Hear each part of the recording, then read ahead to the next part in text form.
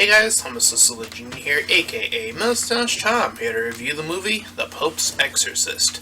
If you end up enjoying this full movie review, then please feel free to like, comment, and subscribe. Also make sure to check out those links in the description. One will head you over to my petition to help out small YouTubers, second and third to my Patreon and PayPal, where you can help support me and my channel directly, and fourth to my Discord channel, where you can chill and collab and do all that cool stuff. And chilling will be reminded at the end of the review.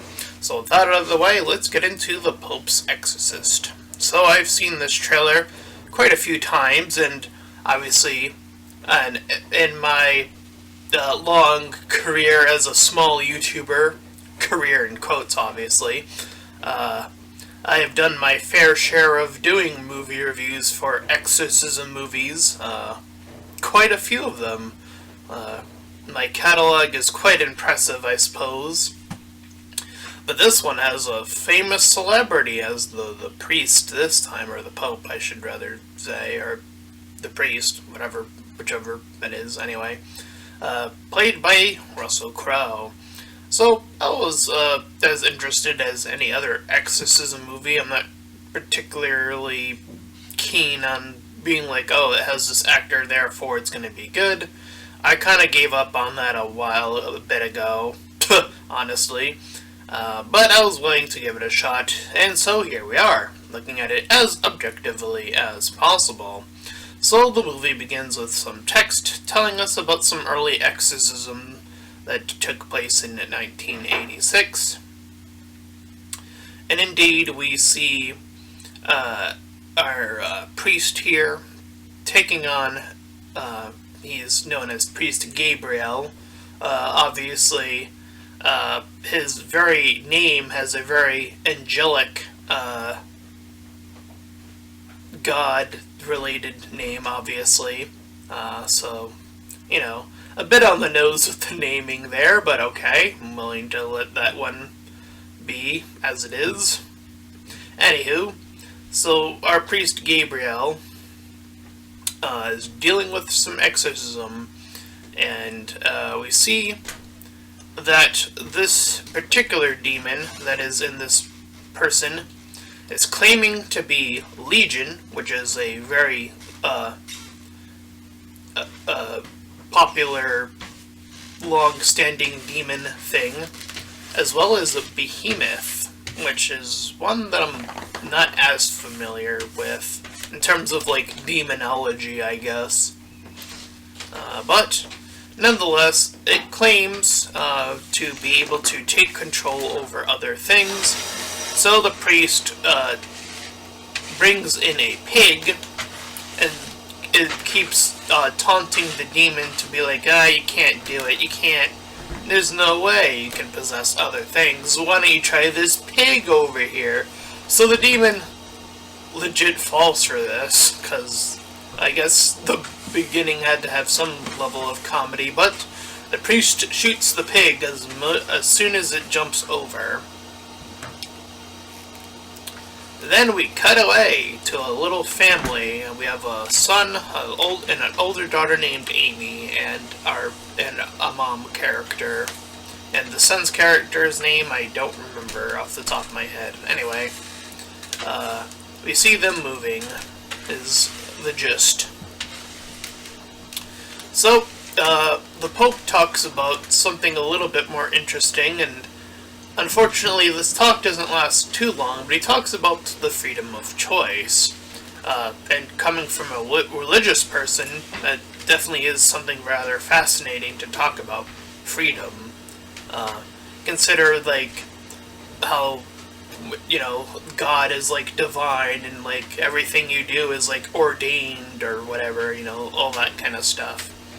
While the other guy is talking about judgment, which is another fascinating topic, where I can make a whole video about judgment, if I wanted to, but, you know, I'm here doing movie reviews. Anywho, so we learn from, our family that the father's not in the picture, he's dead. Passed on. And they got a new castle to sell, or abbot as it's also known as. And Amy, being the older sister, is like sigging up and hanging on the stairs and not giving really much of care of anything. And the mom is trying to look out for her as much as she can conceivably do. And so the brother gives her a little fake spook with the little knock knock. And the sister applies in kind. But we see him begin to look around on his own. And sees this little crack in the opening, and as soon as he does, I'm guessing this is when he gets possessed, as soon as he sees this opening. And we get our reinforcement of the mom telling Amy that he hasn't talked since the father had passed, so we get a little bit of doubling down on information here, unfortunately, but whatever. We cut back to the Pope, having a little bit of a meeting with a fellow priest, and they're not too happy with his work and how he's been handling himself in terms of dealing with exorcisms and stuff of that nature. But he clamors back as much as he can for almost getting, I guess, the equivalent of what would be being fired is in this sort of work. But he says to take it up with the higher-ups, with his higher-ups specifically, I guess the Pope in this case.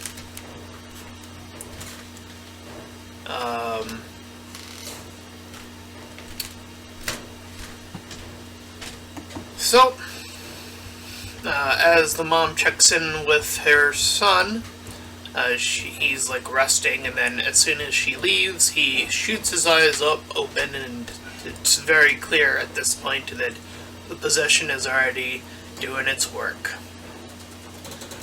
And then two people get injured on the job of, like, there's like a whole bunch of like people just like working to help her build or like reconstruct this place. And once two people just get injured because they were exploring on their own, by the way, kind of stupid. And then they blame her. It's like, what are you doing, movie? It's like, this is like a stupid thing. And then the entire team leaves because of what they were doing. It's like, what? What do you mean? So yeah, it's a pretty shit excuse for them to leave. It's like, okay, well, whatever. Anyways, the boy does have a name. I did write it in my notes.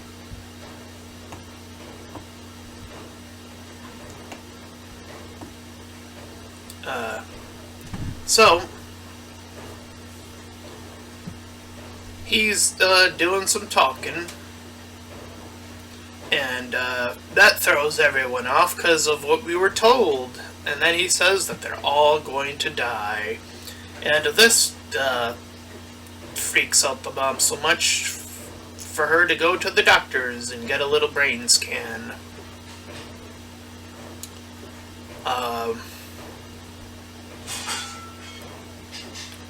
And Amy gets a little bit of a freak out as the fridge like closes on her. Meanwhile, the boy, now possessed, does a little gropey grope on the mom. Yep, that's a thing that happens in the movie, I'm just saying. And so our priest is called. And, but we get a younger priest that is, that moves in and is quickly shunted away by being blasted. Meanwhile, we cut back to our Gabriel, who talks with his boss, and he brings up that this possession is happening, and this one's a pretty big one. It's a doozy with the boy. So now he decides to head over.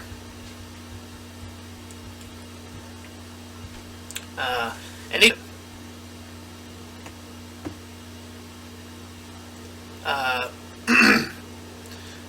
But the demon awakens, and it says it wants control.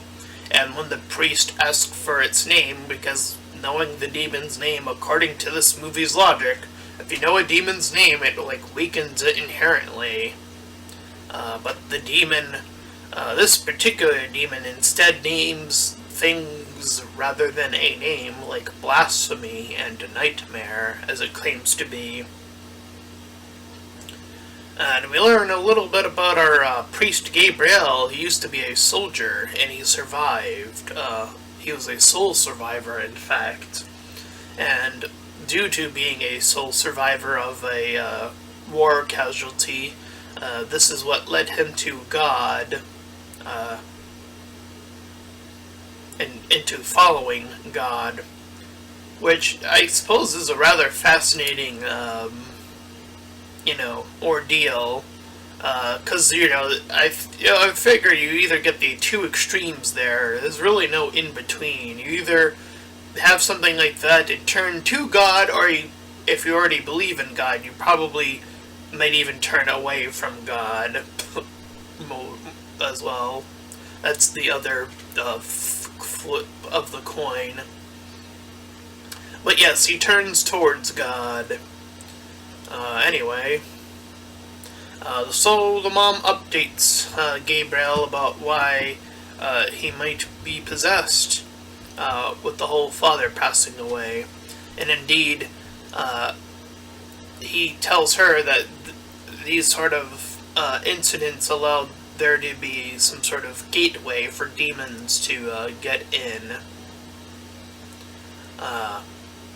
And all the while, Amy's getting hard spooked by the big knocks of the door, of the walls. And she enters the room, still hearing that noise, and gets spooked. And she, leaves and gets a phone call and hears her dad's voice, and she freaks out even more.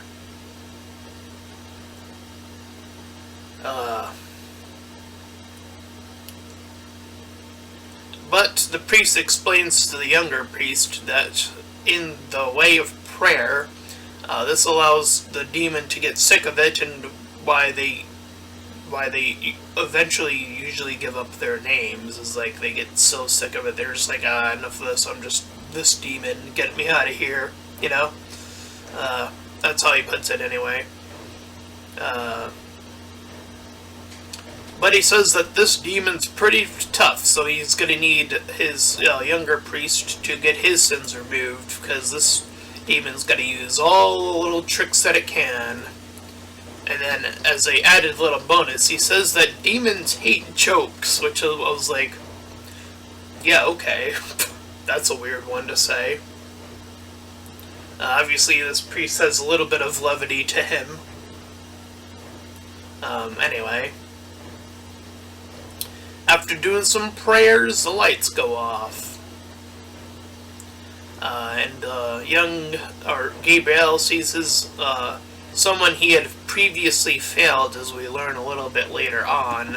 I thought it was his wife initially when I saw this, but I had to keep watching, and I learned that this was a person that he had previously, failed, and calls the younger priest, as the movie puts it, a daughter fucker. I'm just gonna say what the movie said. Again, just, yeah, yep, that happens. And this irritates him enough to try to grapple the demon, but he also simultaneously is unfortunately grappling the boy. And the priest forces him off. Gabriel forces him off.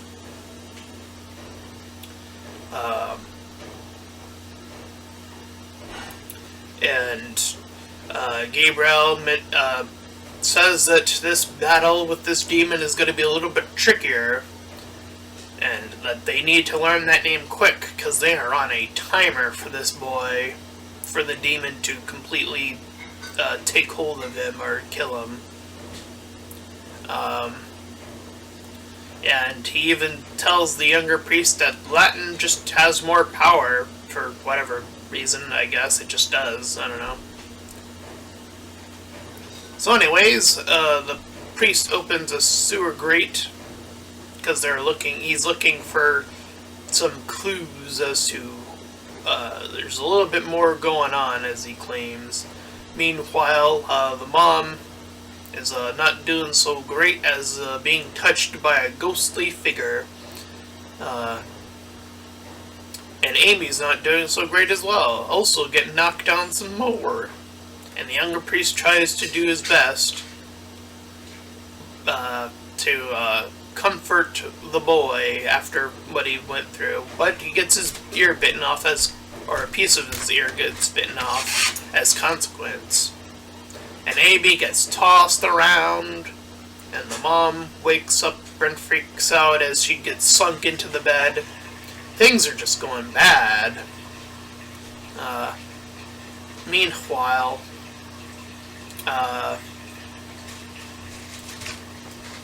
after getting saved by Gabriel, he saves them both essentially. He tells them that the reason why the demon is doing all of this stuff is it's serving as some sort of distraction. And the place that they are in, this abbot, has its own secrets that that this demon is trying to hide with all these antics going on. So they head deeper into the sewers now with the younger priest in tow.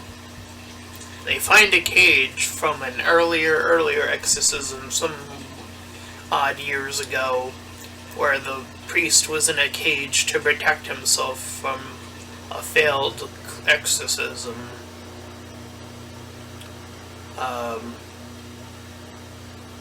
Meanwhile, our Pope gets freaked out by this letter he's reading and starts to have a stroke.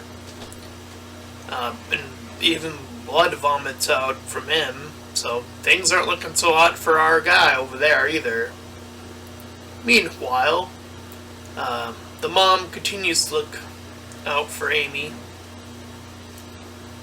And then we learn some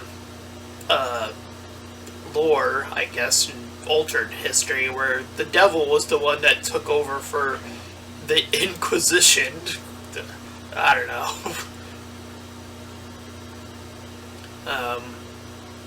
And the church covered up something rather fierce. But the mom sees that both of the kids are on the bed talking at the same time. Both Amy and Henry there. So the mom manages to pull Amy away. And things aren't still looking too great. But on the other hand, our priest learn the demon's name. They learn that this demon's name is Asmodeus. This is a demon in demon lore, obviously. So that's pretty neat that they actually, used the demon name, a proper one. So yeah, that's neat. And yeah, the boy is knocked out. But Priest Gabriel admits that even he has to confess his sins, because last time it did not go so well. So the four of them reunite. Gabriel, younger priest, Amy, and Mom. All in prayer.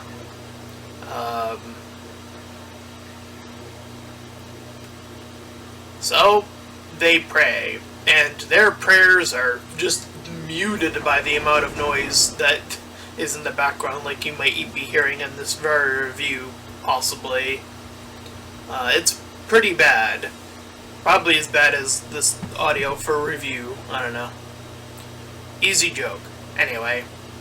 And man, did they just get a little bit flustered from the Amy being tackled to the young priest being choked by, like, his own cloth. And, yeah, Gabriel manages to pull them away and gets them to leave, essentially. And Gabriel uses his body to essentially allow the demon to get in there. So the demon now possesses Gabriel instead of the boy, and he prepares to kill himself in order to make the demon like also die. I guess that's how it would work. I don't know. But the demon does not allow for this. He's gonna use this guy. Gosh darn it. But he manages to like finagle himself down the stairs, back in that little area, and our younger priest makes his way back after seeing the family off. And with full control of the priest, he has the chair, so Asmodeus is now in him. And the young priest prays, and they both get attacked by women demon. Gabriel by the one that he had failed, and the younger priest with the one that he had the feels for before he chose priesthood, essentially. And they both end up the victors, eventually. And they both pray the demon away and send it into the lava, which turns into water. 'Cause I don't know. So they get told that the one that was giving our little priest earlier, Gabriel, so much grief has taken in sabbatical, and that the one of the other ones on the council is now like in that position, and that there are 199 demons left. 'Cause boy, that's like the hardest sequel bait I've heard in a while. Hell, a series bait, I guess. 199. A movie can't cover 199, so you know. I'm just saying. And so our two priests sign up for this long endeavor, but he does say that, like, this is more than enough, or more than long enough to cover for one priest, so why don't you tag along? The young priest is like, sure, why not? And so our two priests head off. And it gives us some dialogue or written text about what fate, how long Gabriel lasted in the real life, heading up all the way until 2016. He fought the good fight.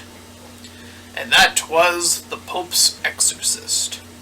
And, you know, for an exorcism movie, it has your pretty standard exorcism moves with possession, and it takes over the girl as well. It makes her do some more of the athletic, like, contortion stuff, which is always pretty fun for demons to do, and, you know, stuff like that. And it also has some pretty bizarre moments as well, as I mentioned earlier. So I think overall I'd probably give it like a 6 out of 10. Still pretty good. Obviously has a few more flaws, a few more kinks that could have been worked out easily, but still overall pretty good. So that's my full review of The Pope's Exorcist. If you ended up enjoying that full review, then please feel free to like, comment, and subscribe. Also make sure to check out those links in the description. One will head you over to my petition to help out smaller YouTubers. Second and third to my Patreon and PayPal, where you can help support me and my channel directly. And fourth to my Discord channel, where you can join and collab and do all that cool stuff. And until next time, everyone, bye-bye.